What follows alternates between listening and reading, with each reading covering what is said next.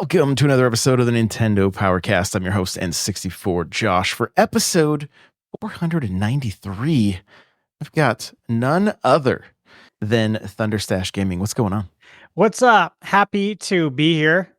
A lot of exciting things to talk about. A lot going on in the world of Nintendo as we wait patiently for Switch 2. There is actually quite a bit of very interesting news going around. So a lot of good topics today. Yeah, it's going to be a lot of fun. I can't wait to jump in. Before we do, I want to let you guys know Elgato's having a huge sale.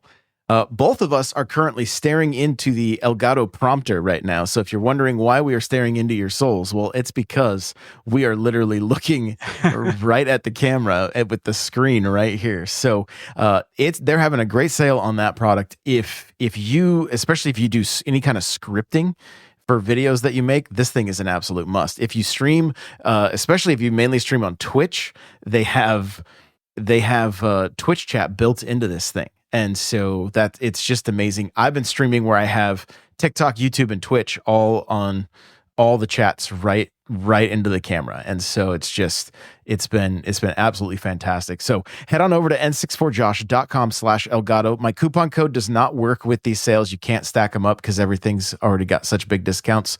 And go check this stuff out, guys. There's so much, from stream decks to microphones to arms. I mean, lighting, everything in between.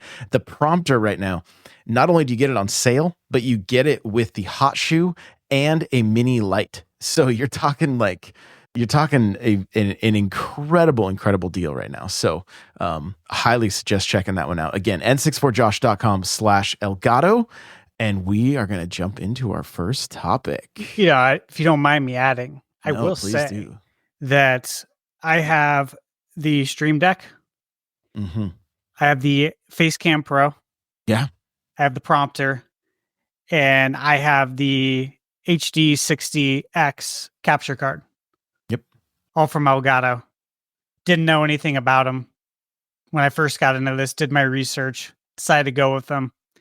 Bought one product at a time, but with each product, I was just like, man, this stuff works so good. And so I continued to buy their products. And I will say, honestly, I have nothing to do with them. I don't make anything off of Elgato, but I will say that I always recommend their products. Yeah. They're great. So if you are interested, go use Josh's link. Yeah, and the beauty of it is, too, if you're thinking about just getting started and you want something a little more budget-friendly, they have their whole Neo series. It's got capture cards, microphones, cameras, lighting, everything. So, but again, some of the stuff is so deeply discounted right now, up to like 30% off some of this stuff. Like, it's an absolute steal, and I couldn't be happier. So, well, with that, let's jump into our first topic.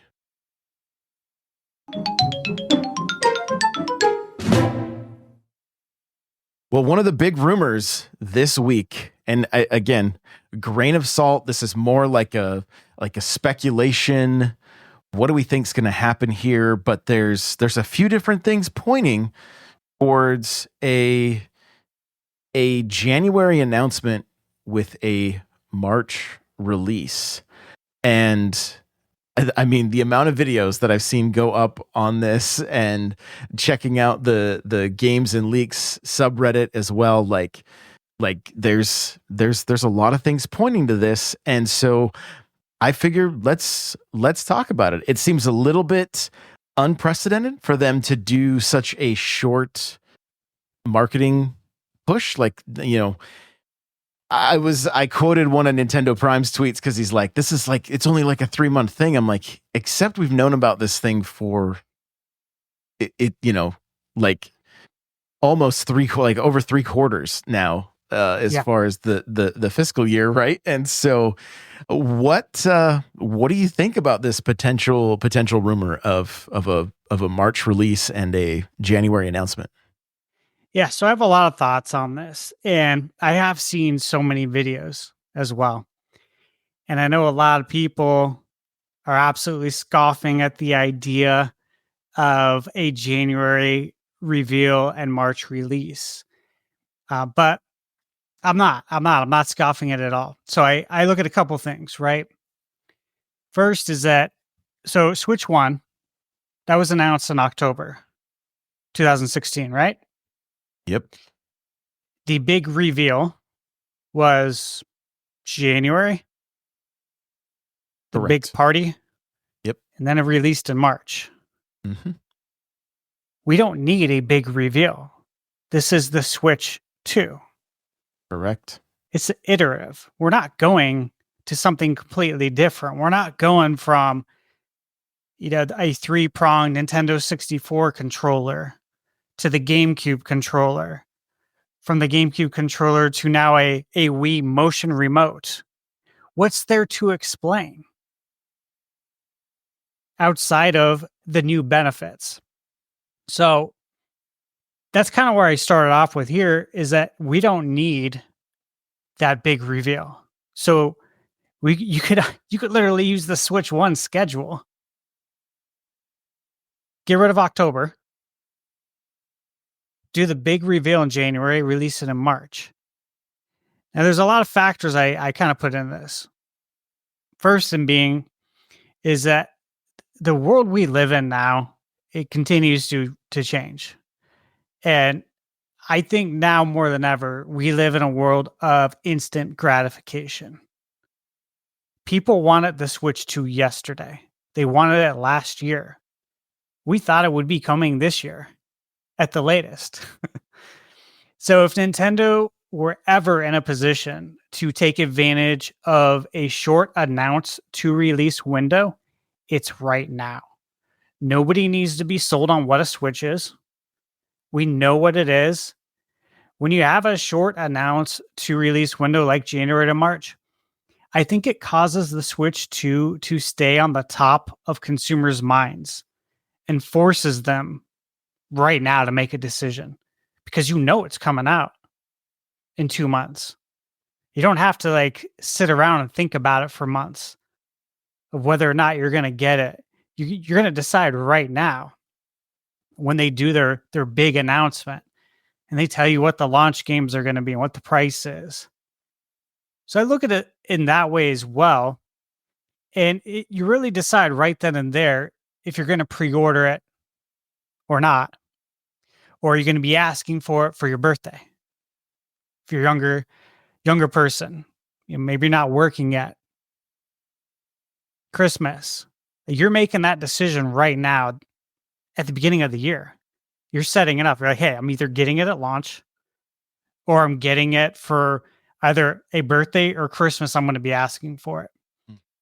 And as you know, an early launch allows Nintendo to essentially have 2 launches in the same fiscal year, with the launch day release. All the hardcore gamers, hardcore Nintendo fans.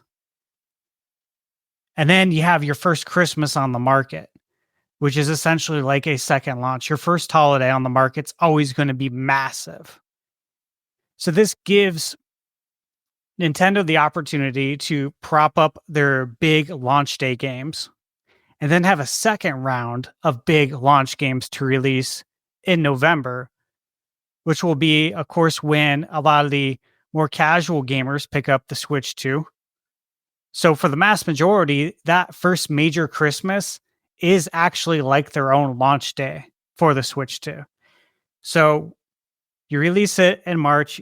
All of us early adopters, the hardcore fans, we talk about it the whole year. We're talking about it on podcasts. We're reviewing games. Word of mouth advertising, word of mouth hype. It's only going to strengthen that first year, that first Christmas on the market. So that's the first thing I look at. What do you think about that? Well, where my mind is immediately going is thinking about that first year of Switch. And if I'm just going off the top of my head, so by all means, guys, correct me in the comments if I'm incorrect here, but Splatoon 2 had its own console. Odyssey had its own console with the red Joy-Con. I believe Let's Go was the first year, but it could have been the second. So I can't remember off the top of my head. But kind of like you're saying, those when you put those things together, where you're not only having Christmas as essentially a second, or holiday as a second launch, you've also got collectors that are out getting their hands on these new consoles, even in the first year. Yeah. Right. Picking up a secondary console. I mean, for me, it was, I didn't go with Odyssey, but I did go with Smash when that console released. I was like, I have to have this. Like, it's, it just, I need this in my collection. There's no question. But the other thing about a March release, especially in the States, is it's tax return time. And if you have kids, there's a much better chance you're getting a tax return anyway. And this is a family product, And Great point. And I don't know if you have noticed, but over the past few years, February, March, oftentimes we see some bigger releases coming out around those times. And I don't know if they correlate or not, but I've always kind of, because I mean, again, doing a Nintendo show for so long, and having people write in about playing with their kids and everything, and hearing people talk about, oh, my tax return's going to, these games or this console or whatever the case may be. I mean, we've probably all heard this conversation, right? So Yeah. It's like, well, there's a good opportunity for people to be able to make a relatively large investment in a console during that time, if that extra cash is there. I mean, I have 4 kids, so come tax season, it was like, what big purchase am I going to make right now, because it's not going to be too taxing on the wallet. And having the Switch 2 available, and from the sounds of it, the way the production is going, they want to have so many out there that it's not going to be an issue of trying to find it or having to pay inflated prices, because they want to get it in the hands of the consumer that wants it day one right now. Yeah, I completely agree. I think that's a great point about the tax returns. And, the retail cycle peaks in November. So the peak of the retail cycle is Black Friday, the Black Friday shopping and the Cyber Monday. And then it very much goes to sleep. There's not a lot of buying late in December. We all know that video games, especially, you look at the games that release in December, that always spells trouble, unless you're Smash Brothers, right? Because again, Nintendo's done that. Or Xenoblade Chronicles 2. Or Xeno, yeah. But we know that most games that release in December, they get forgotten about. They don't do as well. Look at Avatar by Ubisoft the other year. They decided to test their luck at releasing a game in December, and it did horribly, massively undersold. The retail spending rebounds in March. It really goes to sleep, as you know, in January and February. Yeah. Everyone is totally spent, literally and figuratively. They don't want to go out and go shopping. Right. They don't want to deal with any of that. It's almost like retail spending is in hibernation and recovery mode for January, February. But March is always when it comes out.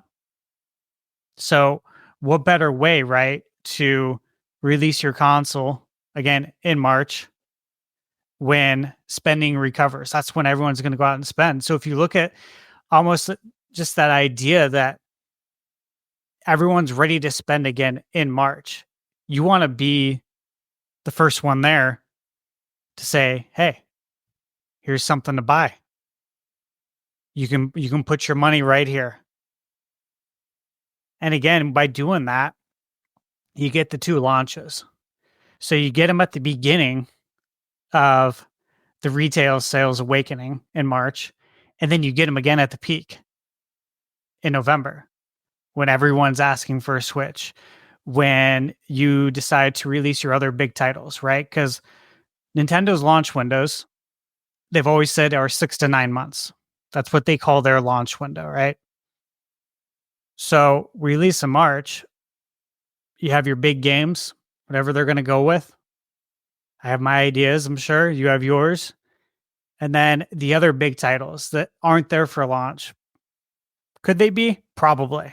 But they're strategically placed in October, November timeframe to maximize on that first holiday.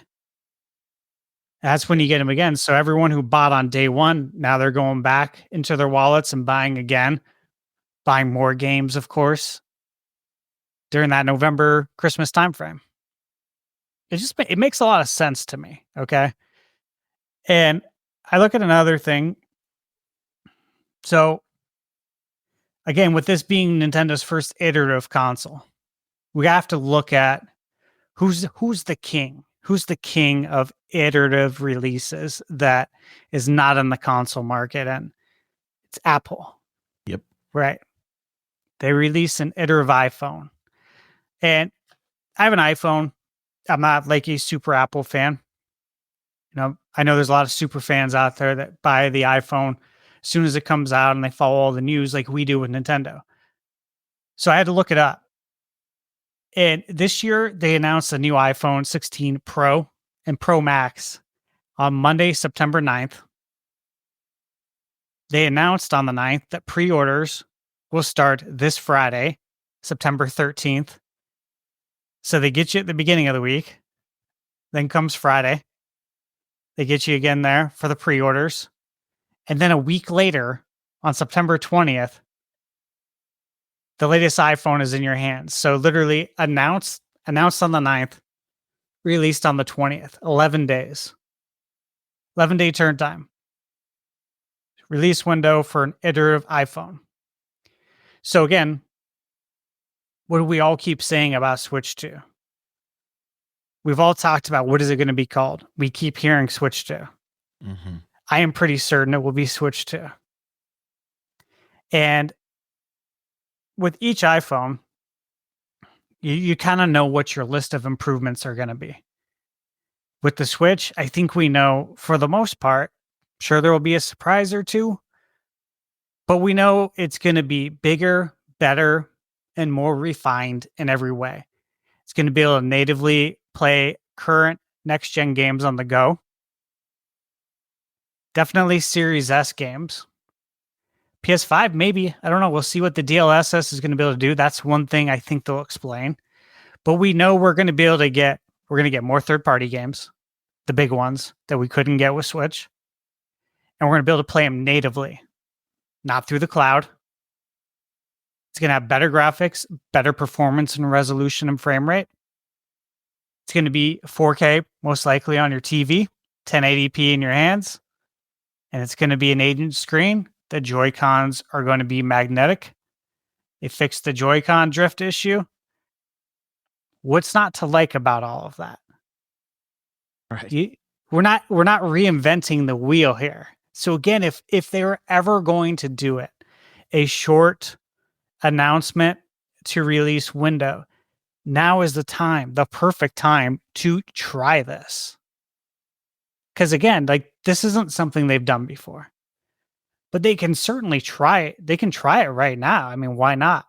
And the big announcement for Switch 1 in January with the release in March seemed to work really well. I just feel like we don't need that October thing because we know essentially what we're getting. No question. Yeah. Yeah, and we know that they like Apple, right? Yeah. I mean, they've shown up on stage with Apple, and that's such a great point. Like, and being a numbered system, which is more than likely going to be the case. Why do we need to have a 5-month launch or a 6-month launch versus just we've been talking. They set out right off the bat. This is not going to be their typical console release. Well, if it's not, then a 3-month window is not their typical. And you know, I think when we heard that statement, a lot of our minds went to, oh, the way they're going to do games with what's going to come out on Switch and what's going to come out on Switch 2, and that's going to be our second topic. But I think there's a very real possibility that they may shock all of us and just be like, yo, I mean, we could even see something in December. they could put out the stay tuned for the January direct, you know, with, Yeah, they with totally news. could. And I also want to bring up too, we have new leadership. You know, the top brass leadership at Nintendo. It's a new president. This is his first console launch. So things can be done differently. And if you were going to emulate any company, any North American company, because again, we have to remember that North America is the biggest market for video games. It is Nintendo's biggest market. So if you want to look at a North American company that does a majority of their sales here in North America, who better to look at outside of the gaming industry than Apple? I mean, if you're going to emulate something that works, and this is a company that has made an absolute killing in iterative releases. Who better than Apple? So it's like the blueprint's there, man. I don't see why they wouldn't. I just don't see why they wouldn't do it. And then I also want to mention again that I completely believe that Switch 2 was internally delayed. I've always have. Mm-hmm. I 100% believe that it was planned to come out in 2024. I even believe there's certain Switch games that were most likely built for Switch 2. And they end up releasing Showtime, right? Princess Peach Showtime. Is that what we're looking at? Yeah. I don't know about that one. I think Thousand Year Door was probably going to be on both consoles. Yeah.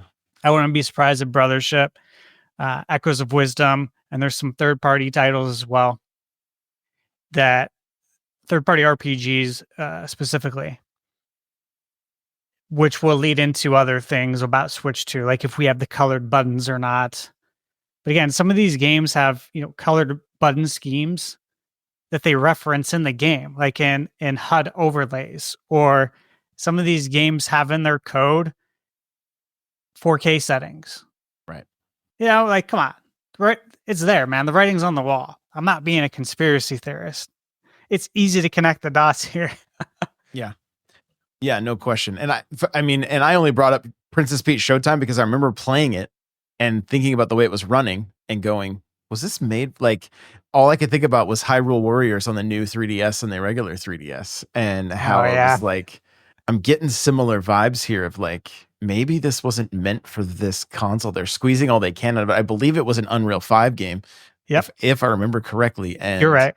So I know that engine is probably one of the easiest for them to, dial stuff up and dial it back if they want to get it running on multiple systems. Yeah, barely. It barely made it on the Switch.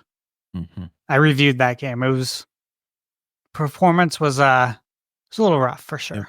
Yeah. So, well, interesting. Yeah. So I think we're on the same page on most of those points, because I think this was, the funny thing is I think the delay of Animal Crossing all the way back had a massive snowball effect that we may never fully know.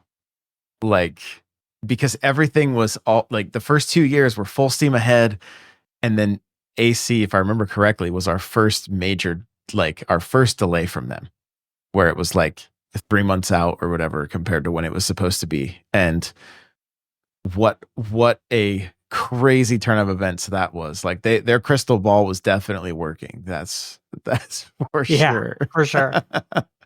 So yeah, I'm with you on the, I do think the Switch 2 was supposed to be out potentially this year, and then it was delayed internally. So, well, right on. Let's go ahead and move on over to our next topic.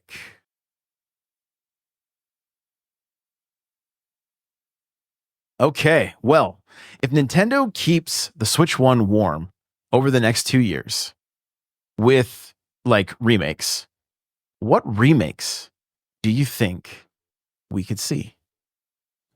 So I have a handful of games that I think, and I have some pretty detailed reasons as to why.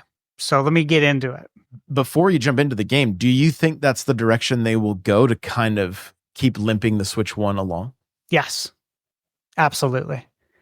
I don't really think we're going to be seeing new original content on the Switch One. I think it's going to be Switch 2. They want everyone to migrate over, but they will continue to feed Switch 1 owners. And I think they're going to need to in order to surpass the PlayStation 2's 160 million sales now. I knew that would happen. Updated today, huh? Yeah. I mean, you know what? I will say this. I don't care. You know what I mean? Like, it was PS2 was great at the time. It was a DVD player. It was the cheapest DVD player you could get on the market. And if you live through it, you know, and I know that a lot of people bought a PS2 so they could have a DVD player. We'll never have that again. Physical media is going away eventually, but definitely with the movies. So that's never going to happen again. That was lightning in a bottle. So with that said, yes, I think we're going to continue to get remakes. The first one, and this game, I knew it, and you probably know which one I'm going to go with, but I knew at the moment that it was not included in the 3D All-Star collection. I just knew there was, okay, yeah, everyone's so mad on the internet. It's like, no, there's a different plan here, guys. It's still coming. It just means it's going to be a standalone release, and they might actually give us some more, which is better, right? I mean, maybe we get a Super Mario 3D World / Bowser's Fury kind of more, right? But there's something more to this one. And so again, I've always said that the reason why it wasn't included in the 3D All-Stars collection for that standalone release, in my opinion, it's the superior Mario Galaxy game. Both phenomenal. Love both.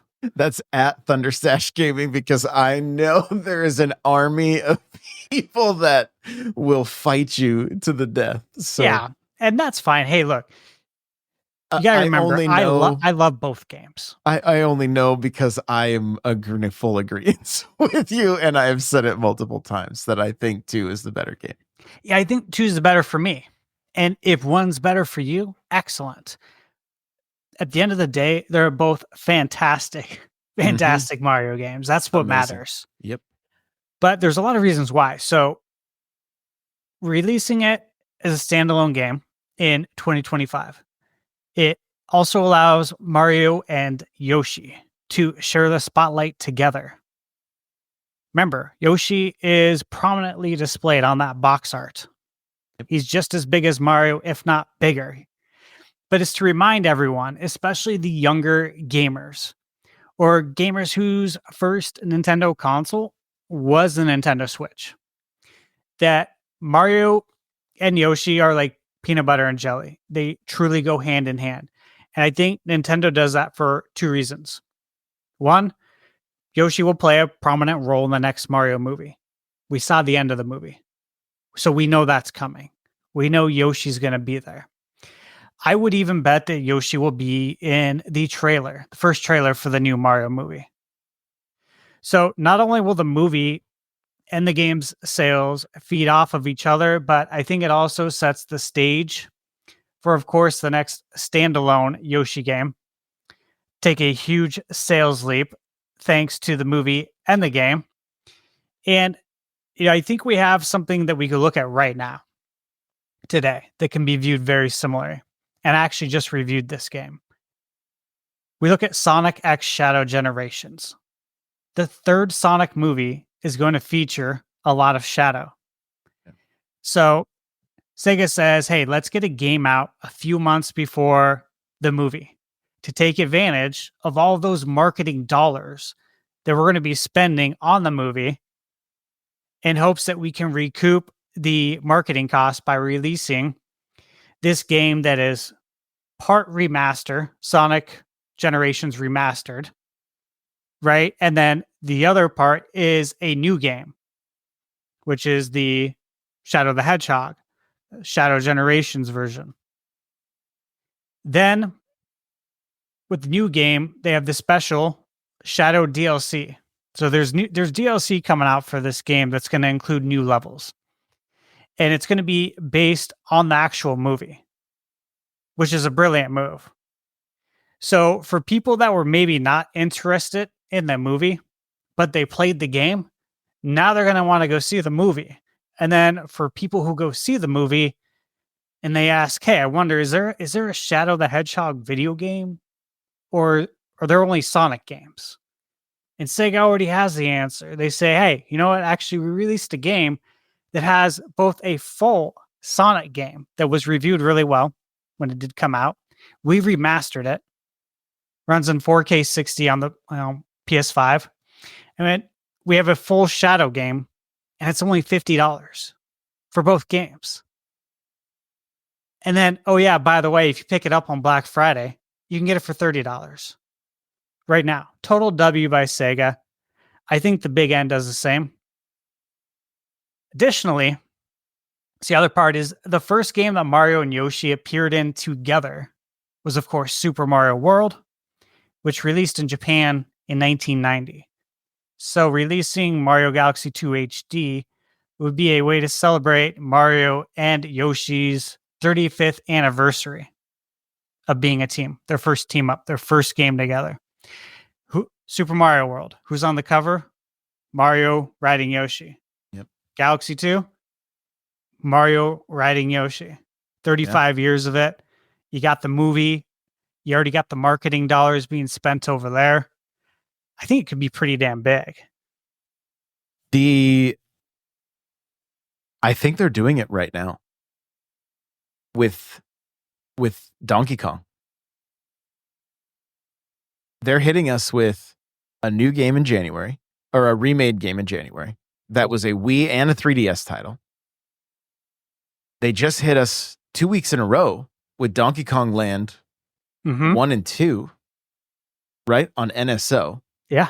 Like, they're being and then the launch, I think today, IGN tweeted anyway, that like today, I think like essentially like season ticket holders or whatever, if you will, for the park in Japan, had there was like maybe a drawing or something. There was early access given to some of them.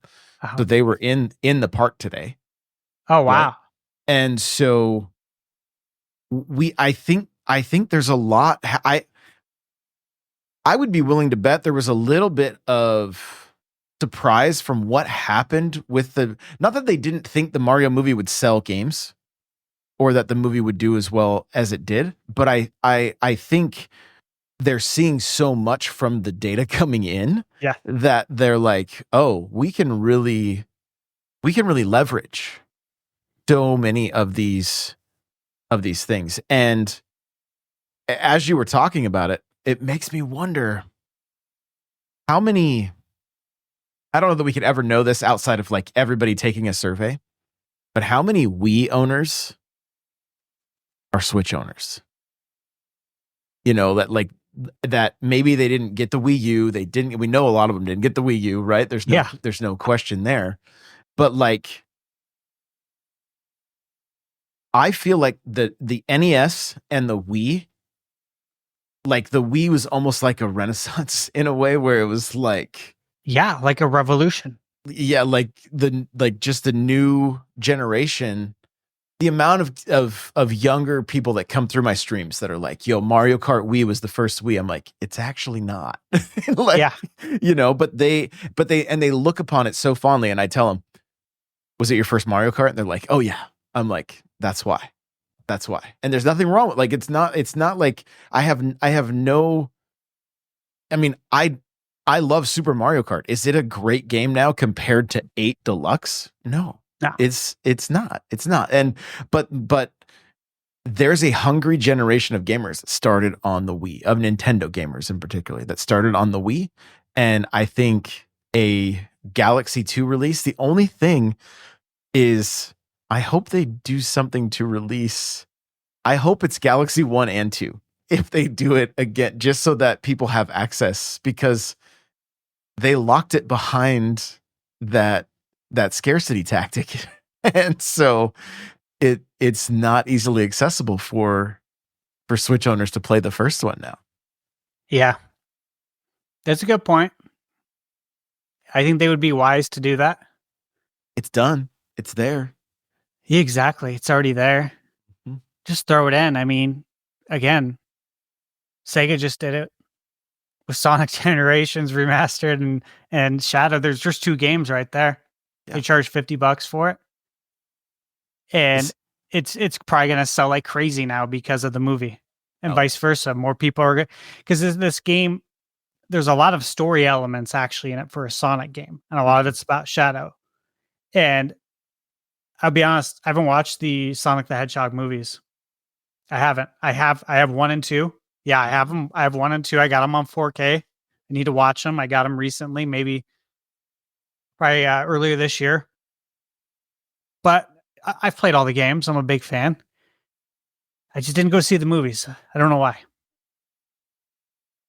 And I look at that though, it's like there's such a great opportunity there to capitalize on this story element in the Sonic Shadow game. Because if you see the movie, I'm guessing it's going to have a lot of elements about Shadow and it's going to make you more interested and you're going to want to go see if there's a video game for it. And if you just play the game, like, oh, wow, this Shadow character is really interesting. I want more of that story. Oh, hey, we got a movie. It's just so easy, man. Easy money. No question. No question. Well, I will throw one out because I just finished it on 2DS or 3DS. Samus Returns. Yeah. Samus Returns would be great. Yeah, I'm currently playing Dread, and any fans of Metroid, and even if you're not a fan of Metroid, a little bit of remastering to Samus Returns, maybe even it wouldn't need much.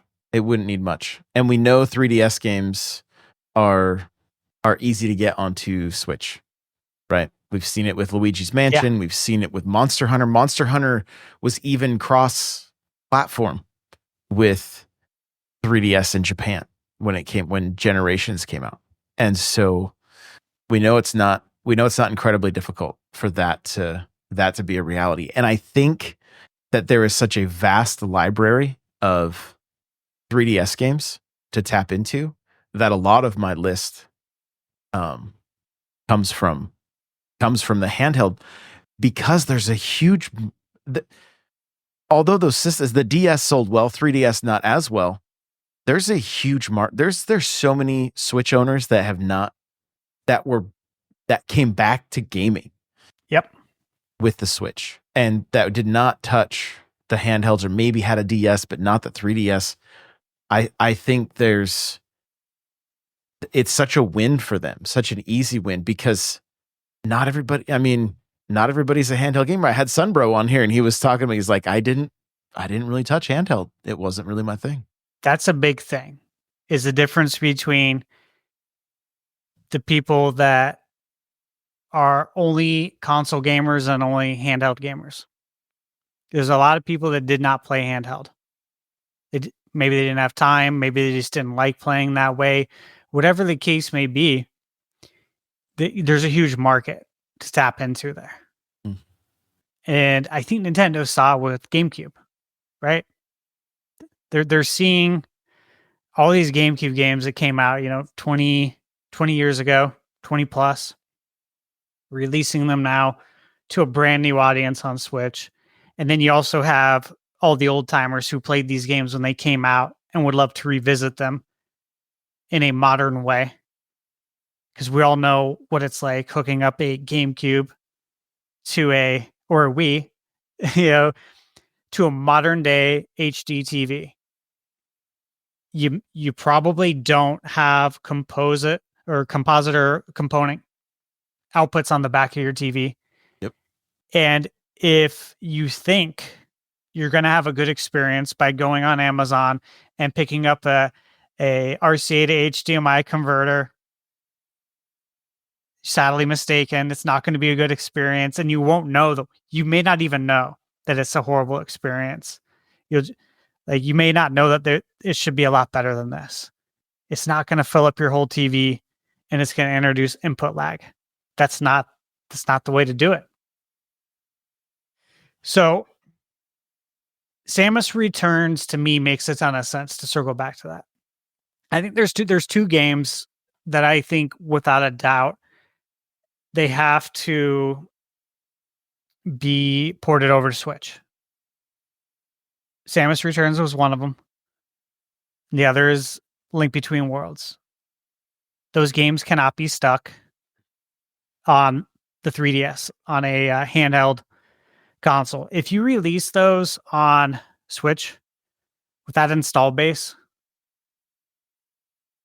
that is such easy money for what it's going to cost to put the development team together and the advertising dollars, everything that goes into porting a game, the amount of money that you're going to get out of that. And again, it's not just on the one game, because these games really support the entire franchise. So this game might help actually improve the sales of Metroid Prime 4 in a roundabout way, because you're giving your fans more and you're giving them high quality, because we know both of those 3DS games are very high quality. So that makes them super fans now.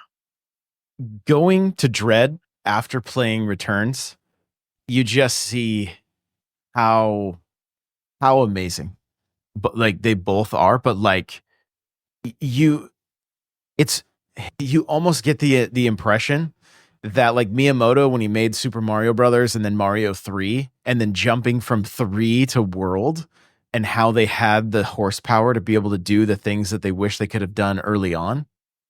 Like, you just see that Samus Returns probably gave them so many great ideas. They didn't have to come up with the storyline or change too much of the core game, but then they could get creative with power-ups and the way you traverse the world, which was an improvement over the first one, the original Samus 2 or Metroid 2. And then in Dread, it was like, now you've got all like, yeah, I have a whole video I want to do, or maybe a conversation on, we played through Switch games too quickly. we consumed them too fast. Yeah. And there's a lot to be treasured there, like a lot to be treasured there. And so those are fantastic titles. And I played Paper Mario Thousand Year Door yesterday. There's no reason that we shouldn't see more Mario and Luigi and Paper Mario games as potential remakes. Color Splash is never mentioned, and I know it's not like loved by a lot of people, but it's still part of that franchise, and it's still only sitting on the Wii U. Yeah. Like, it is one that could potentially make its way as a port to Switch 2 and Switch 1 down the road, and would still have some weight to it. I don't know as much, because again, I know it's kind of I think some people loved it, some people hated it, and so few people really played it that how do you even really get the consensus? Yeah, it's tough to get the consensus for sure, since it was Wii U. I watched some videos recently, maybe a month ago. I went onto YouTube and I was looking at Paper Mario Color Splash 2024. And of course, I have a handful of videos that came up about whether or not Color Splash is worth playing in 2024. And there are people, channels that have decided to give Color Splash another chance. And I will say that a majority of those videos I watched, they had a completely different opinion about it now. Interesting. Yeah. So, time does that, right? Sometimes a game comes out, not a lot of people liked it, or it was a mixed bag, but you revisit it years later and you find out that it was actually a great game. Maybe some big video game website gave a game a bad score. Yep. And you decided to skip the game because it got a bad score. But then 10 years down the line, you're like, you know what? I never did play this one. Maybe I should try it anyways. And then you find out it's a great game. That's happened a lot. So I think Color Splash could have a really good opportunity. I think it should too. And I think Paper Mario 64's gotta get a modern day treatment as well. That's a great game. Love the game. Mm-hmm. No question. No question at all. Do you have any others on your list? I do. And I 100% believe these games are coming out. Absolutely have to. For so many reasons. That's Metroid Prime 2 and 3. They have to come out. Yeah. I've said it many times. You have to release Metroid Prime 2 and 3 prior to releasing 4. Metroid Prime 2 released in 2004. Okay, 20 years ago. Prime 3 released in 2007.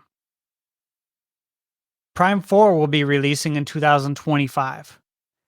So the first Metroid Prime released in 2022 or 2002. So by the time Prime 4 releases in 2025, the series will have begun 23 years ago, with the last entry in the series, Metroid Prime 3, being 18 years ago. So you already released Prime 1 in 2022 for the 20th anniversary, giving fans plenty of time to pick up Prime 1 and lay that new foundation for the series. Like, think about all the Switch owners that had never played the Prime series. And again, I mentioned just a moment ago, but the only way the average gaming consumer is going to be able to play Prime 2, Prime 1 is if you previous to that, if you had a GameCube and you're playing Prime 1 and 2 on your HD TV and it looks terrible and it plays terrible and has input lag, or you own a Wii and you pick up the trilogy for $80 to $100 on eBay, and you're still dealing with the same video input issues. So that is not a great way to be able to play Metroid Prime. I don't think that's the way Nintendo wants its fans to be introduced to Metroid Prime. No. And I really think that in order to elevate Metroid into a new stratosphere, the same stratosphere that Mario has lived in since day one, and the one that Zelda, in my opinion, finally entered into, thanks to the runaway success of Breath of the Wild. Now, as far as on a quality level, it was always there, but on a sales level, it entered into that new stratosphere. I think if they want Metroid to get there, which I think they really, really do, they're going to need to pull out all of the marketing stops. And I think the first stop is what they've already done. They released Metroid Prime 1 remastered, and they only charged $40 for it. And that's a big thing that I think people miss, is that a lot of Nintendo fans were upset when other Nintendo remakes released on the Switch for $60. They're like, why are they doing this? Luigi's Mansion 2 HD. Donkey Kong Country Returns coming out next year. $60. And it's not because Metroid Prime is a lesser experience or a lesser of a remake. It's because they need you to buy Metroid Prime 1. Because if you buy Prime 1, you are much more likely to buy Prime 2, 3, and 4. If Prime 1 comes out at $60, right? And someone says, that's too much. I heard it's really good from the older Nintendo fans, but I'm just not sure if I like it, and I'm not willing to spend $60 when I know there's other games I can pick up that I 100% know I'll like. Maybe I'd pick it up if it was $40 or $50, but I'm not paying full price. So charging only $40 for Prime 1 was Nintendo's way of getting you in, my opinion, to the Metroid Prime ecosystem. So you buy the other 3 games. I think fans of Metroid Prime will now pick up games like Metroid Dread. And fans of Dread will probably go pick up Metroid Prime. We saw the same thing with Pikmin. Pikmin and Metroid have always reviewed very well, but their sales never reflected extremely high review scores. So Prime and Pikmin were both introduced on the GameCube. They both have 4 mainline series titles. With Switch, we got Pikmin 1+2 HD at a lower price. It was not a full price game. Then we got Pikmin 3 Deluxe. And then Pikmin 4. 2 months after Pikmin 4's release, it eclipsed the sales numbers of any of the Pikmin games, all of them. It's the best-selling Pikmin game in its entire franchise history. So you have a blueprint right there that worked, that you yourself did as a company. So if you're Nintendo, you got to go out and do this, right?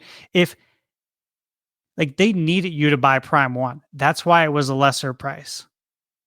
Because if you don't buy Prime 1, how likely are you to go buy Prime 2? If you didn't see Star Wars A New Hope, how likely are you to go see Empire Strikes Back or Return of the Jedi? Right? It's like, you want me to just jump into the second movie? I haven't seen the first one. Shouldn't I see the first one? Well, we have no way for you to see that. You'd have to go get it on VHS if you want to watch it. We never brought it to DVD or Blu-ray. That would be like the same thing with Metroid Prime. So yeah, we have the first one, but if you want to go play 2 and 3, you're gonna have to go buy a GameCube and Prime 2, or you can buy a Wii and then go on eBay and try to get Prime Trilogy for $80-100. That's not the answer. So those 2 are coming out. I guarantee it. Do you think, everybody, I've been doing a little searching in the background here. Do you think Game Awards is a Metroid Prime 2 announcement? Yeah. So here, 2 things that go together with that. One of them being just a few days ago, right? I'm on Twitter. Mm-hmm. I see Wario64. I know where you're going. Yeah. Wario just posted it. It said like 31 seconds. Yeah. I usually don't catch his tweets that quick. Right. But it was this beautiful, hardback Metroid Prime book of all the history and the art and just all the lore of Metroid Prime. It's done by Piggyback, who they make some good books. Nintendo's got to deal with them, from what I've gathered, from what I heard. I know they did a Tears of the Kingdom, big guidebook. Actually, I have it. Is that the one that leaked? Yeah. And I got it for the maps. I love playing the Zelda games with a map. I think I've mentioned that before. I really like that. And I don't love pausing and figuring out everywhere. I kind of just like looking at an old school map. It's kind of fun. It's a different type of challenge, but really good high quality books. Let me ask you, why would you be coming out with a book here in 2000 or announcing in 2024? This was for the pre-order. It's coming out in 2025. Yeah. Early. Why? Why are you priming us, so to speak, for the Metroid Prime trilogy? Why do you want us to know about all 3 of these games? Well, yeah, we know 4's coming out. But what, do you just expect us to buy this book and read about 2 and 3? No. It's going to be a way to play 2 and 3. Game Awards, to me, makes a lot of sense because it allows Nintendo to remind everyone about Prime 4 coming out. So even if they don't show anything about Prime 4, which I'm not expecting, but it could certainly happen, but you're still getting a Metroid announcement, which I think is a big deal. And I think February makes a lot of sense because that is the open spot on the calendar.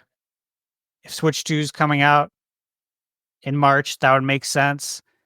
Nintendo did do the same thing with Pikmin. I mean, they announced Metroid Prime 1 remastered, and then it was available later that day.